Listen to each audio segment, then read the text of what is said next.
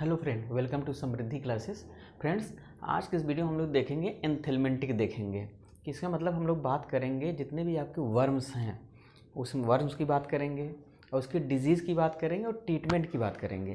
तो सबसे पहले हम लोग देखते हैं कि ये वर्म्स हैं ये कितने टाइप के होते हैं और वो हमारी बॉडी में कैसे इन्फेक्ट करते हैं। सबसे पहले हम आपको बताएं कि अगर हम एंथेलमेंटिक की बात करते हैं तो इसमें दो टाइप के होते हैं जो ड्रग यूज की जाती है। एक वर्मीसाइड है जो वर्म्स को, जो आपके हेलमेंथिक हैं, उसको किल करते हैं। अगर हम दूसरे की बात करें जिसे वर्मीफ्यूज बोलते हैं, उसमें इसका मतलब होता है जो वर्मी हैं, जो वर्म्स हैं, उसको क्या करते हैं, बॉडी से एक्सपेल करते हैं। तो अगर हम ऐसे ड्रग एंथेलमेंटिक की बात करते हैं, एंथेलमेंटिक ऐसे ड्रग हैं जो बॉडी को वर्म से क्या करते हैं, एक्सपेल करेंगे, वर्म्स आपकी बॉडी से बाहर चले जाएंगे, उसे वर्मीफ्यूज बोलते हैं। अगर वर्म्स को किल करते हैं जो वर्मीसाइड बोलते हैं।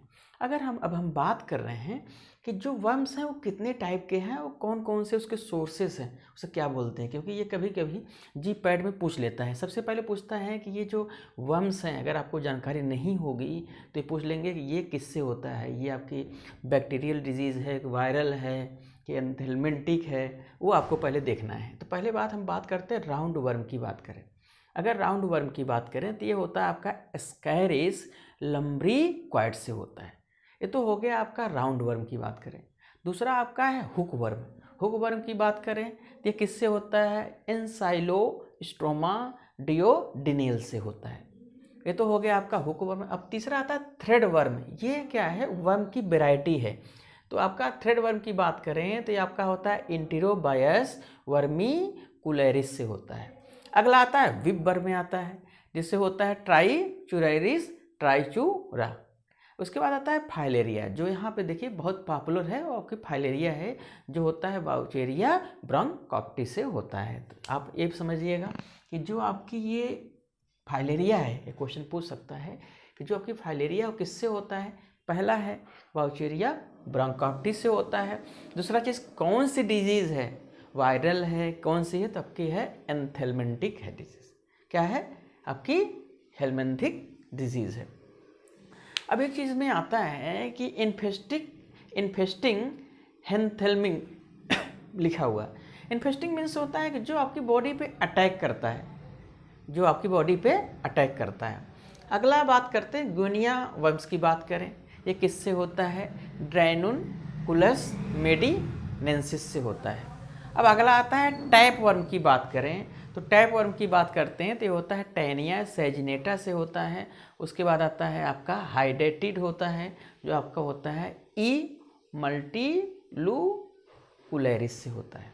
तो ये तो हो गए आपके टाइप ऑफ वर्म जो हमारी बॉडी में इन्फेक्ट करते हैं। तो सच चीज़ समझिएगा कि ये कहाँ पे होते हैं, जो आपकी डेवलपिंग कंट्री, डेवलप्ड नहीं, डेवलपिंग मीन्स विकसित विकासशील जो देश हैं उसमें क्या होता है 1/3 पॉपुलेशन में ये सबसे ज़्यादा अफेक्ट करता है, जहाँ पे हाइजीनिक सिस्टम वीक होता है, जहाँ पे हाइजीन नहीं होता है, हाइजीनिक कंडीशन कम होती है, वीक सिस्टम होता है, जहाँ साफ़ सफाई नहीं होती है, उस कंडीशन में ये आपके हेलमेंथिक वहाँ पे बॉडी में अटैक करते हैं। अब हम बात करते हैं कि ये तो हो गया आपके वर्म्स की बात हो गई। अगर हम बात करें कौन सी ड्रग यूज करेंगे तो यहाँ जो पॉपुलर ड्रग है वो आपकी क्या है कि बेंजीमिडाजोल का डेरिवेटिव है, जो आपकी है मेबेंडाजोल है और एल्बेंडाजोल है। चाहे मेबेंडाजोल की बात करें चाहे एल्बेंडाजोल की बात करें, दोनों ब्रॉड स्पेक्ट्रम की ड्रगें हैं। ब्रॉड स्पेक्ट्रम मीन्स क्या है कि जितनी भी आपकी, चाहे टैप वर्म की बात करें, राउंड वर्म की बात करें, चाहे विप वर्म की, चाहे आपकी फाइलेरिया की बात करें, तो वहाँ पे एल्बेंडाजोल मेबेंडाजोल दोनों यूज की जाती है। दूसरा चीज़ क्या है, ये प्रो ड्रग है। इसका मतलब एज सच कंडीशन में इनएक्टिव ड्रग है, लेकिन बॉडी में जैसे जाता है ये क्या करते हैं, एक्टिव मेटाबोलाइट बनाते हैं। अगर एल्बेंडाजोल की बात करें तो ये बनाता है एल्बेंडाजोल सल्फो ऑक्साइड होता है, जिसकी क्या होती है, इफिकेसी बहुत अच्छी होती है। तो ये हो गया आपका एल्बेंडाजोल की बात। अब अगर हम मैकेनिज़्म की बात करें तो आप सीधे सीधे कुछ नहीं करना है। इसकी मैकेनिज़्म एक ये होती है, पहला चीज़ है कि जो पैरासाइट्स हैं उसको क्या करता है, उनकी ग्लूकोज अपटेक को बंद कर देता है। अब ग्लूकोज अपटेक बंद कर देगा, लाइफ साइकिल बंद हो जाएगी। दूसरा चीज़ क्या करता है कि पैरासाइट के ये बीटा ट्यूबुलिन प्रोटीन पे बाइंड कर जाता है। अब बीटा ट्यूबुलिन प्रोटीन पे जब बाइंड करता है पैरासाइट के, तो क्या करता है कि माइक्रोट्यूब्यूल का जो फार्मेशन होता है उसको बंद कर देता है। अब माइक्रोट्यूब्यूल का फार्मेशन नहीं हो रहा है, ग्लूकोज को हम लोगों ने ऑलरेडी बंद कर रखा है, तो अल्टीमेटली जो पैरासाइट्स हैं बॉडी में उनकी डेथ हो जाती है। तो यही है, चाहे एल्बेंडाजोल की बात करें चाहे मेबेंडाजोल की बात करें, ये पैरासाइट के ग्लूकोज अपटेक को कम कर देती हैं, ट्यूबुलिन प्रोटीन से बाइंड कर जाती हैं पैरासाइट्स के, क्या करती हैं माइक्रोट्यूब्यूल की सिंथेसिस कम कर देती हैं और पैरासाइट की डेथ हो जाती है। अगर हम फार्माकोकाइनेटिक की बात है तो आपने देखा होगा कि जो भी आपके ये मेबेंडाजोल की बात करें चाहे एल्बेंडाजोल की बात करें, ये ओरली आप लेते हैं, ओरली इसकी एब्जॉर्प्शन बहुत अच्छी है। दूसरा चीज़ क्या है कि अगर कोई फैटी फूड ले रहे हैं, उस फैटी फूड के प्रेजेंस में इनका जो एल्बेंडाजोल का एब्जॉर्प्शन होता है वो इन्हांस हो जाता है, इसका मतलब उसके एब्जॉर्प्शन को सपोर्ट करता है। ये तो हो गया एल्बेंडाजोल मेबेंडाजोल की बात। अब इसकी एक ड्रग है पायरेंटल पैमोएट। पायरेंटल पैमोएट भी क्या होता है आपका, राउंड वर्म की बात करें, थ्रेड वर्म की बात करें तो यहाँ पे इनका यूज सबसे ज़्यादा होता है। तो अगर हम पायरेंटल पैमोएट की बात करें तो पायरेंटल पैमोएट क्या करता है कि कोलिनर्जिक निकोटिनिक रिसेप्टर, जो पैरासाइट के कोलिनर्जिक निकोटिन रिसेप्टर को क्या करता है, स्टिमुलेट कर देता है। अब ये जो पैरासाइट के निकोटिनिक और कोलिनर्जिक रिसेप्टर को स्टिमुलेट करता है तो क्या होता है कि यहाँ पे परसिस्टेंट डीपोलराइजेशन हो जाता है। अब परसिस्टेंट जब डीपोलराइजेशन हो जाता है तो क्या होता है, स्पास्टिक पैरालिसिस हो जाती है और जो बॉडी में जो वर्म्स हैं वो क्या होते हैं, बॉडी से एक्सपेल कर दिए जाते हैं और बॉडी से बाहर निकल जाते हैं। इसकी मैकेनिज्म मैं दोबारा बता रहा हूँ, जो आपकी पायरेंटल पैमोएट है ये क्या करती है, पैरासाइट के निकोटिनिक मस्करेनिक रिसेप्टर को एक्टिवेट कर देती है। अब ये जब एक्टिवेट होंगे तो क्या करती है कि ये परसिस्टेंट डीपोलराइजेशन होता है। इसका परसिस्टेंट डीपोलराइजेशन मतलब होता है एक बार अगर जो डीपोलराइजेशन हो जाता है वहीं पे रुक जाता है, वहाँ पे नॉर्मल रीपोलराइजेशन नहीं होता है। अब डीपोलराइजेशन होने बाद वहाँ पे रुक गया है तो क्या होता है कि जो मसल्स होंगी स्पास्टिक पैरालिसिस हो जाएगी। जब स्पास्टिक पैरालिसिस हो जाती है तो वर्म्स क्या होते हैं, बॉडी से एक्सपेल कर जाते हैं। ये मैकेनिज्म हो गई पायरेंटल पैमोएट की। अब इसकी एक ड्रग और भी है जो यहाँ पे ज़्यादा करके यूज की जाती है, वो आइवरमेक्टिन यूज की जाती है।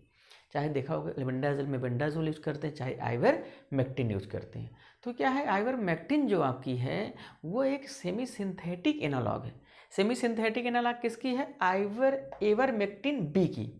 एवरमेक्टिन बी की क्या है, ये एक सेमी सिंथेटिक एनालॉग है, लेकिन ये मिलता कहाँ से, ऑब्टेन्ड फ्रॉम स्ट्रेप्टोमाइसिस एवरमिटिलिटिस से, एवरमिटिलिस से। तो आपको ये ध्यान रखना है कि सबसे पहले आइवरमेक्टिन का पूछ सकता है कौन सा डेरिवेटिव है, सेमी सिंथेटिक है, कहाँ से ऑब्टेन्ड होता है, ये बहुत इंपॉर्टेंट है, स्ट्रेप्टोमाइसिस देखिए एवरमिटिलिस से। ये तो हो गई। अब इसकी अगर हम मैकेनिज्म की बात करें तो मैकेनिज्म क्या है कि देखिए अगर जब हम आइवरमेक्टिन लेते हैं तो क्या करता है कि ये ग्लूटामेट गेटेड क्लोराइड चैनल पे बाइंड करता है। Glutamate gated chloride channel bind करता है। जब ये ग्लूटामेट क्लोराइड चैनल बाइंड करता है तो क्या करता है, increase permeability of chloride channel. तो क्या करता है, क्लोराइड चैनल की परमिबिलिटी को बढ़ा देता है। अब क्लोराइड चैनल की परमिबिलिटी बढ़ रही, ऑलरेडी हम लोगों ने डिस्कस किया है, जब क्लोराइड आयन की एंट्री होगी तो क्या होता है, हाइपर पोलराइजेशन। तो जब यहाँ पे क्लोराइड आयन की एंट्री बढ़ा दे रहा है तो हाइपर पोलराइजेशन होगा न्यूरोनल मेम्ब्रेन में। जैसे ही हाइपर पोलराइजेशन होता है वो अल्टीमेटली क्या हो जाती है, पैरालिसिस काज कर जाती है। ये मैकेनिज्म हो गई आपकी आइवरमेक्टिन की। तो हम लोगों ने यहाँ पे देखा है, सबसे पहले अगर हम हेलमिंथिक की बात करें तो सबसे पहले हम लोगों ने देखा कि वर्म्स कितने टाइप्स के हैं, ठीक है। दूसरा चीज़ है कि कौन कौन सी ड्रग यूज करेंगे, जो पॉपुलर ड्रग है वो आपके मेबेंडाजोल है, एल्बेंडाजोल है, आइवरमेक्टिन है और पायरेंटल पैमोएट है। इसकी मैकेनिज्म हम लोगों ने देख लिया। अब एक छोटा सा क्वेश्चन बनता है स्कैबीज और पेडिकुलोसिस की। स्कैबीज होता है कि जो क्या करते हैं, खाज करते हैं, खाज करते हैं मीन्स खुजली होती है। और जो आपकी पेडिकुलोसिस होती है जिसे आप जुए बोलते हैं, हिंदी में जुआ बोला जाता है। तो अगर हम बात करें जो खुजली काज करते हैं स्कैबीज या पेडिकुलोसिस की बात करें, अगर इनके लिए कोई ड्रग यूज की जाती है तो ये है परमेथ्रिन यूज कर सकते हैं और इनरमेक्टिन यूज कर सकते हैं। और उसके बाद ड्रग यूज करते हैं बेंजाइल बेंजोएट। ये ड्रग यहाँ पे यूज की जाती है चाहे खाज की बात करें। और चाहे हम बात करते हैं जब आपको क्या होता है यहाँ पे कि जुए पड़ जाते हैं, तो ये ड्रग यहाँ पे बेंजाइल बेंजोएट भी यूज की जाती है। अब बात करते हैं कि अगर ये जो एंथेल्मेंटिक की बात करें तो यहाँ क्या होता है कि जो ड्रग ये जैसे मान लीजिए एल्बेंडाजोल यूज़ कर रहे हैं, तो इस एल्बेंडाजोल जो 400 mg जो है वो 2 साल के बच्चे के ऊपर यहाँ पे हम लोग यूज करते हैं, 400 mg यूज कर लेते हैं, तो वो ज़्यादा इफेक्टिव होती हैं ये ड्रगें। तो चाहे हम पारेंटल पैमोएट की बात करें, आइवरमेक्टिन की बात करें, मेबेंडाजोल की बात करें, लेबेंडाजोल की बात करें, ये ड्रगें जो हैं आपके एंथेल्मेंटिक में यूज की जाती हैं, जब आपको एंथेल्मेंटिक ड्रग के रूप में यूज की जाती हैं, और जब ये आपको किल करती हैं कौन सी हेलमेंथिक यूज करती हैं।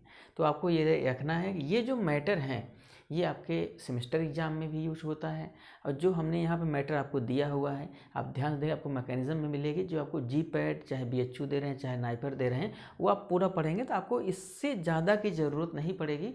जो मैटर आपको चाहिए वहाँ पे कंसाइज रूप में आपको ये मैटर यहाँ पे प्रोवाइड किया जा रहा है। एक बार पूरा वीडियो देखेंगे तो आपको बहुत अच्छे से समझ में आ जाएगा। तो हम लोग नए वीडियो में एक नए टॉपिक के साथ मिलते हैं, तब तक आप इसको रिवीजन करें, देखें, कोई डाउट हो तो आप कमेंट बॉक्स में करें, उसको हम सॉर्ट आउट करेंगे। मिलते हैं नए वीडियो में। Thank you.